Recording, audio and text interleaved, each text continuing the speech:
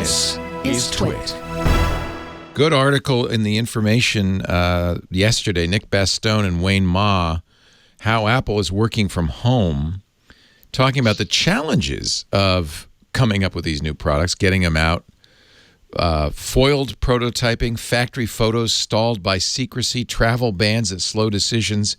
The tech industry's most important hardware maker is still figuring out how to manage a remote workforce as COVID-19 disrupts its operations.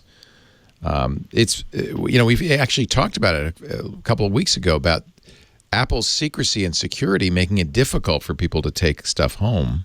It's kind of, I think these are the people who aren't used to it. And so I don't want to call them whinier about it, but there have been people who've had carries for years. And you hear the stories from retired ones, like I was in the room and people were knocking on the door going, "What are you doing in there?" And I was just testing out a device that didn't exist. And I had to hide it, and I'm never bringing something home again. And they all had, and they had safes inside their house, and they're not supposed to show the family, and things were covered up. And that's been going on for 10 years. But I think that was probably managers and senior and testers and people who are just used to doing it. And now more people have to do it, and it's a hassle. And so some of them are just complaining very loudly about it, and we're seeing it show up in paper. But also, Apple can't send people to China to look at prototypes, to look at the manufacturing process, to sign off.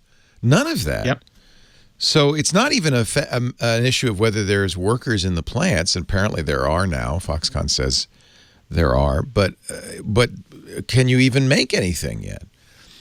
iPhone 9 is done. That's just a manufacturing. That's the only reason. So, and that's what Ming Chi's quote saying is, it's the 5G end of year iPhone 12 or whatever it is, it's going to be challenged. And this is a heck of an excuse here. Like in normal years, everyone, Jim Cramer said this beautifully in a video 10 years ago. You have to protect your shorts. You have to cover your bids. So you go and you tell a business pub that Apple's going to be late with an iPhone, and they love those stories. They don't even ask any questions. Right. They just run them, and then the stock goes down, and you're great. And so every year we get this, and once in a very long while, the broken clock is right, and it's something like the China market collapses.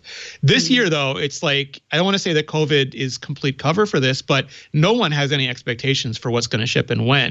And so I don't think they're under the same pressure. I don't even think Apple knows. Anybody. I mean, they don't. So if there's a year that the iPhone ships late, if Apple couldn't do it on time and it was a normal year, it'd be a huge story. It's not a story. But this year, if an iPhone ships late, it's one of many normal everything. stories. Yeah, as somebody in the chat room says, welcome to the new normal.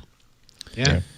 And actually, completely side note, but I feel like in a way this isn't a bad thing. We've been in this crazy cycle of, get the next new shiny out.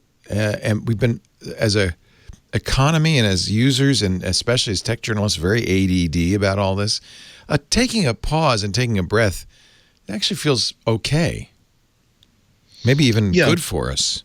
Well, Andy's used to 8 phones a year. Lori and I only have to deal with 2, so I don't know. That's true.